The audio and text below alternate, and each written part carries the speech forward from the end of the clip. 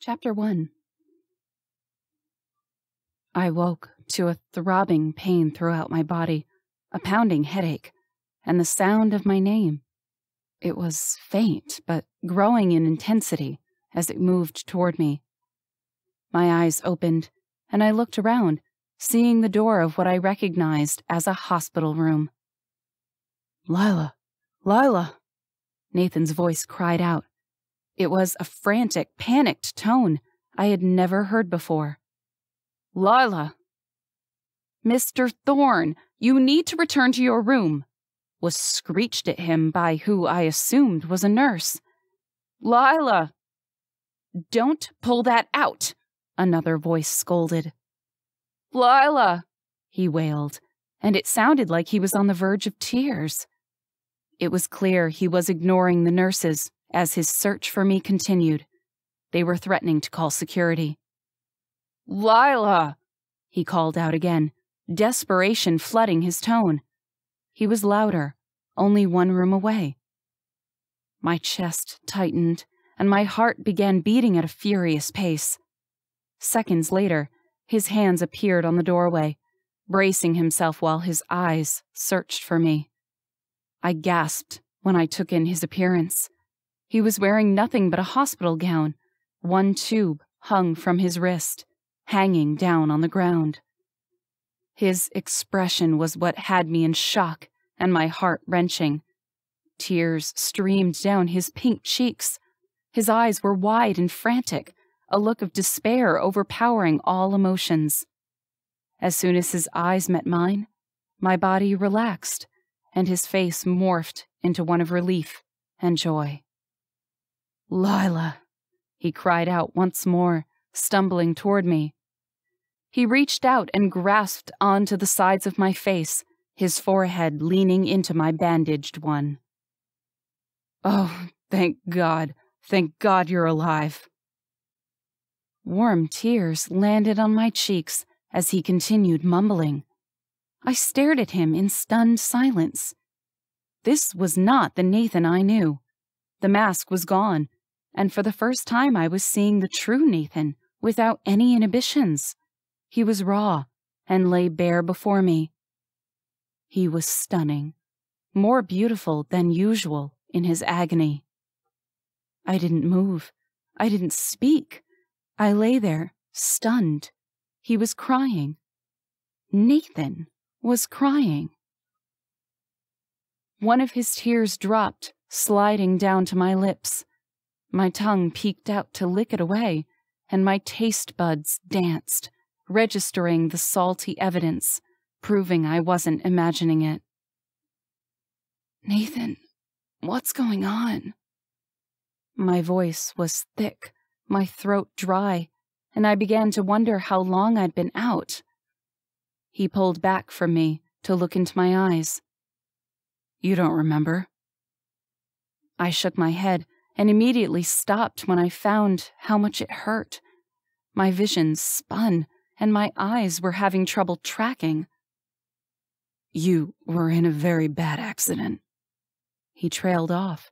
His eyes moved from mine, looking over my whole body. I could tell I was hurt. The throbbing and shooting pain when I tried to move was proof enough, without the excruciating breaths. His expression told me I was as bad off as I felt. His fingers ran over my gauze-covered arm. I realized my whole arm was wrapped when he pressed his fingers to mine. He moved back up to my head, inspecting the bandage and gauze that was wound around it. With light strokes, he ran the back of his fingers against my cheek, and even that hurt. I was certain I didn't want to see a mirror at that moment. He stayed clear of my leg, which was good, as I might have punched him if he'd touched it because it hurt so much already. "I'm so sorry. This wouldn't have happened if I—" His being there, his pain, made me angry. His apology even more so. "If you— what? Hadn't left me? Broken me? Left me a shell of the paper-thin person I already was before you? If that's even possible. All of those. I can't tell you how sorry I am. My jaw clenched. Another thing I found painful as annoyance took over. You didn't do this physical damage to me. What you did was far worse. Please, Lila, please, he begged in a whisper. My chest felt like he was stabbing me with a knife, and in an angry fit I lashed out. Please what? Please, I'll tell you everything. Anything you want to know if you... Can we start over? I need you so much. My tone was harsh. Why? Why did you leave me if you were going to beg for me back? I'm so sorry I did this to you. To us. I was trying to protect you and myself. Protect you from what exactly? What did you need protection from? From losing you, the same way I lost my wife, he admitted, his eyes screwed tight. I swallowed hard, absorbing his words. There was a twinge in my chest that had nothing to do with my injuries and everything to do with him. My anger subsided for a brief moment, but bounced back. And what are you protecting me from? From the Marconi family. His eyes were boring into mine, beseeching me to understand. My eyes widened. The Marconi family was well known for their criminal connections. Their reach was mostly in the northeast part of the country. I was hesitant with my next question, as I wondered what he'd been involved with in the past. It left me wishing I'd read those articles about Nathan instead of closing them down. Why would you need to protect me from the Marconis? He sniffed, and another tear slid down his cheek. Because if they found out about you, they would kill you like they did her. I stared at him, slack-jawed. He'd mentioned his condo wasn't in his name. It was evident to me now. It was part of his hiding. Why did they want to hurt her? They were trying to kill me. Oh. My lips pressed into a thin, taut line. My head was pounding, and as much as I was happy he was opening up, I just wanted him to go. I can't let that happen to you. So, you let me go? Were you ever going to ask me what I wanted? Were you ever going to tell me and let me decide for myself to risk my life and stay with you, or cut all ties? Do you feel anything for me? I needed some answers right then, though I wondered if they would be enough. I feel so much for you. I tried to stop. I knew it could happen with you. I sensed it from the beginning. The pull I feel to you is so strong. I tried to will myself not to develop these feelings for you, but you just won't fucking be denied. I don't understand what the fuck you're saying, I grumbled. I'm saying Darren was right. I tried so hard to deny it, to deny you, but he saw it. He said I was being selfish by leaving you, that I did it because I didn't want to be hurt again, that I was a coward for it. He was right.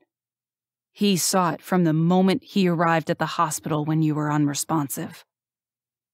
My brow scrunched. Dr. Morganson? How do you know him? And what did he see? My patience was running thin, and Nathan's head shook, making it worse. Just fucking say whatever it is you're trying to say. My chest protested, screaming at me, and I laid my head back down. The pain was almost unbearable. He looked at me, his face torn as he studied my features. His mouth opened and then closed again. The words stuck. He knew that I'm in love with you. My eyes widened. My mouth dropped in shock as my brain attempted to process what he had said. "I love you, Lila," he declared. "I'm so scared about what that means for you." My heart skipped a beat as words I had longed to hear slipped past his lips. The problem was that they were tainted by the darkness he had carved in my heart. I laughed. It was a harsh one, my bitterness soaking through, and he flinched in response. "You love me? Then why did you leave me?" "I'm sorry, You love me? You're sorry? Do you somehow think that makes everything better?" I asked, my voice growing in volume despite the protest in my lungs. "No." "Then what, Nathan? What the fuck do you want?" I asked, tears welling in my eyes. I needed to know. He needed to tell me. No more hiding. He began, and then shook his head, his eyes pleading with me for some sort of unknown understanding. "Out." My right arm lifted, despite the pain, and pointed toward the door. The chance was given for him to give me something, anything, but he didn't take it. "Wait, Lila, please," he begged. "I said, get the fuck out." The action of yelling caused my eyes to grow wide as an agonizing fire ripped its way through me, my injuries protesting my movements. My breaths became shallow, even harder than the last. The beeping on the machines increased. Nathan stepped toward me, and I growled at him in warning. "No! Out!" My hand grabbed hold of the ice water on the stand next to me, and I threw it at him. The lid popped off when it crashed into his chest. The cold water spilled all over him, and he wore an expression of utter shock, while the sound of the plastic hitting the hard floor filled the room. I screamed out, the pain from jostling my body so intense, a white light clouded my vision. In the background, Nathan was calling to me along with other voices, coaxing me to calm down. But all I could pay attention to was my own gasping breaths and shooting pain coursing through my body. I was crying out in pain between the pants. Every sound I emitted caused the stabbing in my chest to flare, which would cause me to scream yet again. It was a vicious cycle.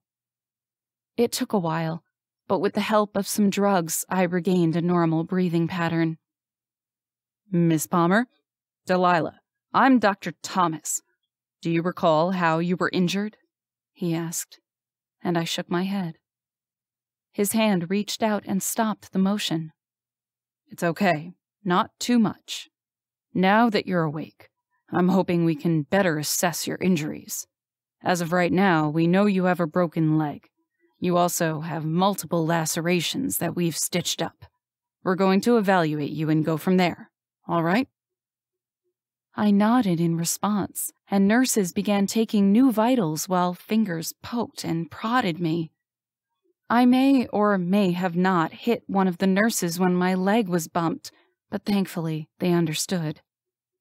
For what felt like the next millennium, I was examined and moved about, left with nothing but my thoughts to keep me company. The nurses tried to draw me into conversation, but I wasn't paying attention. What had me was him, Nathan.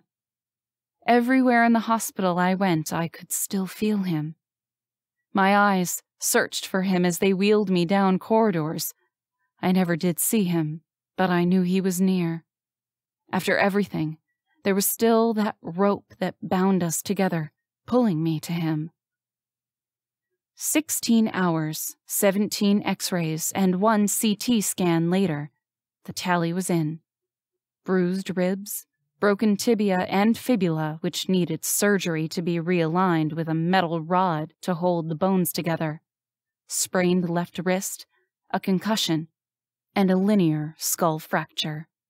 To top it all off, I had multiple lacerations to my arms, legs, and head, and bruises with various scratches that covered my body. I was also informed I would not be leaving the hospital until after the surgery to fix my leg.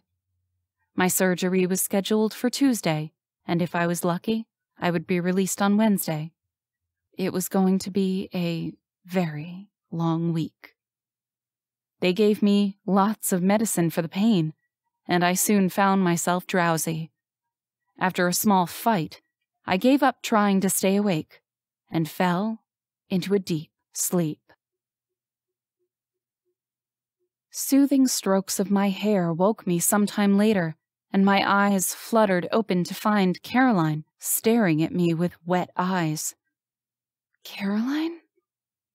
You gave us quite a scare, sweetie," she said with a sniff. Her fingers continued to run through my hair past the bandage that circled my head. "How are you feeling?" I attempted to move, but my body protested by shooting pain throughout, including my lungs when I breathed. "Like I've been hit by a truck." "Full-size work van." "Huh?" She smiled at my confusion. "You were hit by a full-size work van." "Oh, well, that hurt. Probably more than a truck."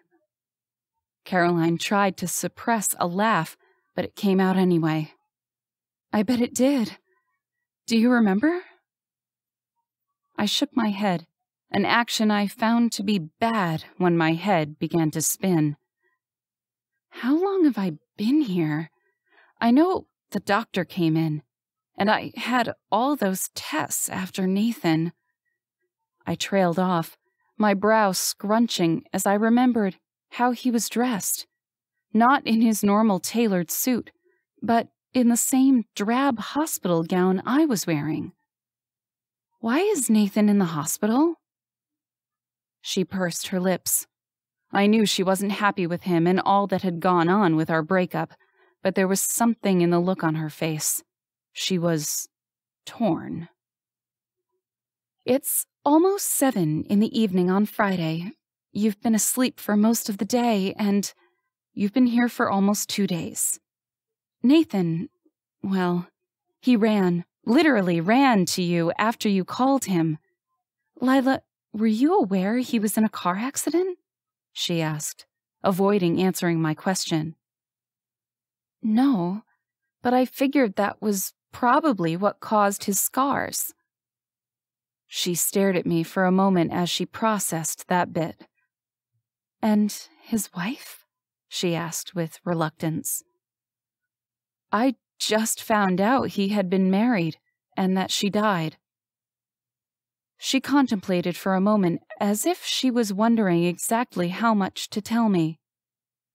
"I made it to the accident scene because I was getting off the elevator when Nathan was rushing on, and he said to Jack that you were in an accident. I followed after him running as well, which you know how hard that is in heels. Anyway, when I got there, he was calling out your name.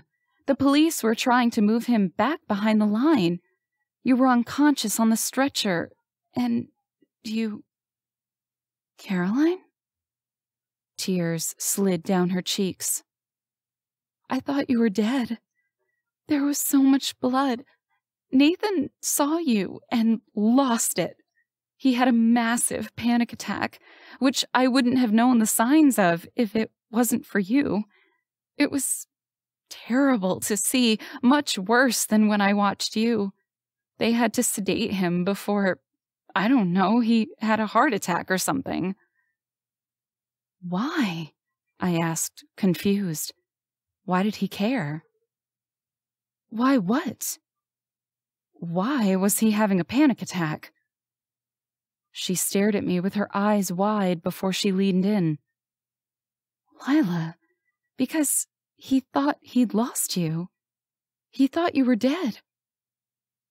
"He didn't have me to lose." My breathing picked up as the emotional pain tightened my chest. "He threw me away." A pained expression crossed her face. As much as I hate him for hurting you, I think he's in love with you.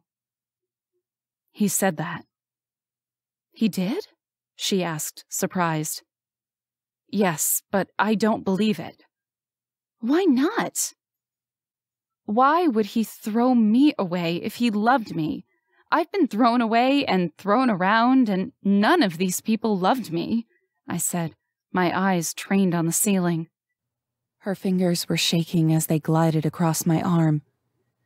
People sometimes do it when they love someone. So, you're telling me that all people throw you away, whether they love you or not? Why do I want to live in a place like that? My chest was screaming at me.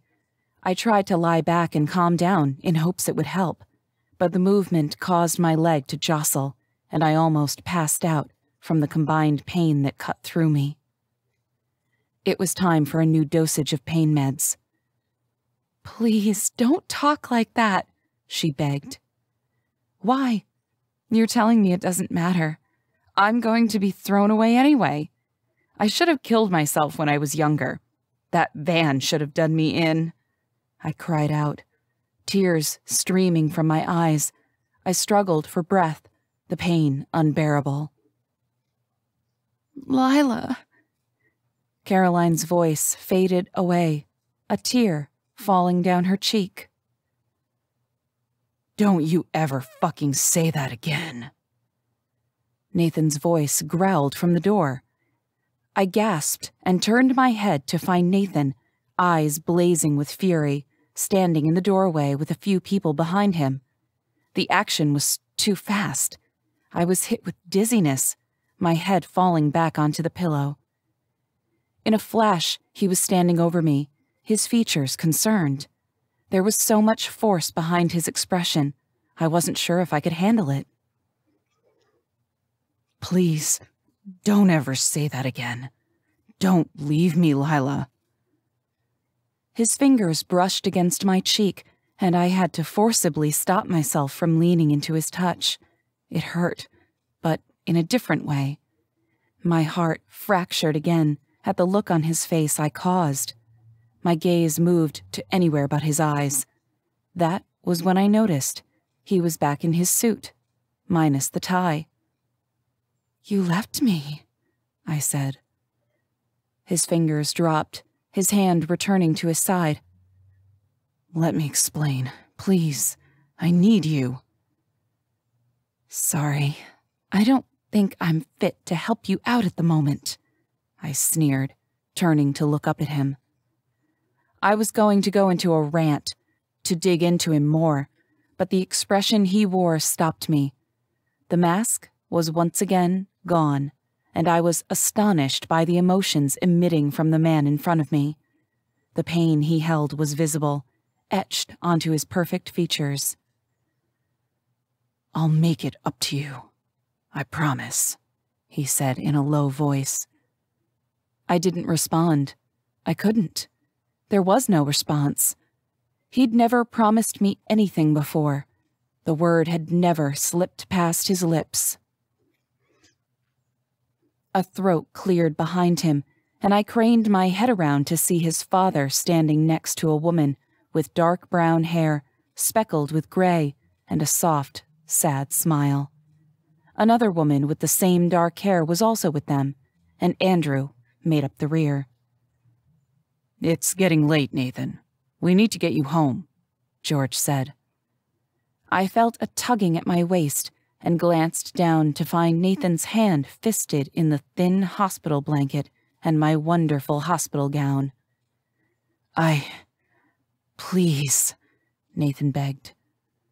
Sadness washed over the older man's face. Visiting hours are over, and Lila needs to get some rest. Nathan stared back at his father, beseeching him. While he did that, Caroline stood from the chair and leaned forward, placing a kiss on my forehead. I'll be back tomorrow, okay? Her hands smoothed the hair from my face. I love you. I squeezed her hand. Bye, Love you too. She walked toward the door, glaring at Nathan as she went. I'll be back around lunch to check on you, she said upon parting through the crowd and exiting. Lila, the older woman began. I'm glad you're okay. I stared at her for a moment before remembering my manners. Even if I didn't know who she was, I still needed to be polite. Teresa would be disappointed otherwise. Thank you. She gave a tight smile before exiting as well, George right behind her. I'll be back in the morning, Nathan said. I roamed my eyes back up to him, one of the few things that didn't hurt to move. He leaned down and also placed a kiss on my forehead. My heart hammered in my chest at his closeness.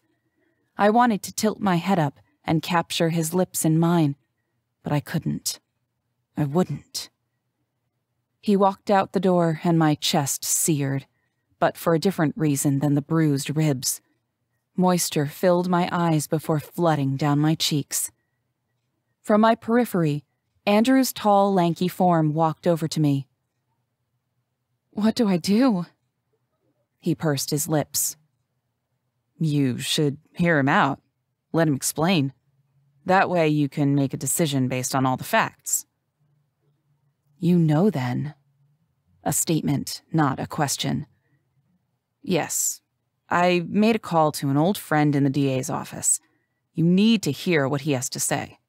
I don't like what he did to you, but I have a better understanding of why he felt he needed to do it. And he trailed off and sighed. I can't hate him for that. He took my right hand, my good hand, in his. His long fingers dwarfed mine as they always had. We'll all be in to see you at some point in the morning. We all love you and want you to get better. He paused, his expression torn. That includes him, you know. I nodded, and he squeezed my fingers before turning and walking to the door. Hey, Drew? Thank you. You're welcome. Now get some rest.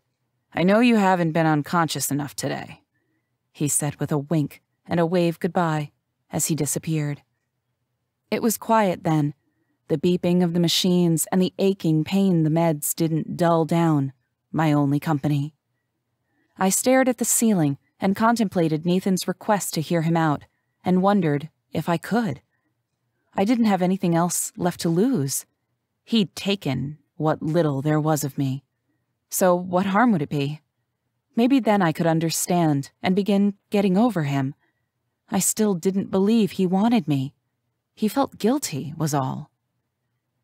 Doubt crept into my mind as I replayed his frantic pleas in my head and the 3 words he had spoken most vehemently. I love you. The words swirled around in my head, and I didn't even notice the nurse when she entered to take my vitals. I did, however, notice the new meds she slipped into the IV, because my eyelids drew heavy, and I drifted back into unconsciousness.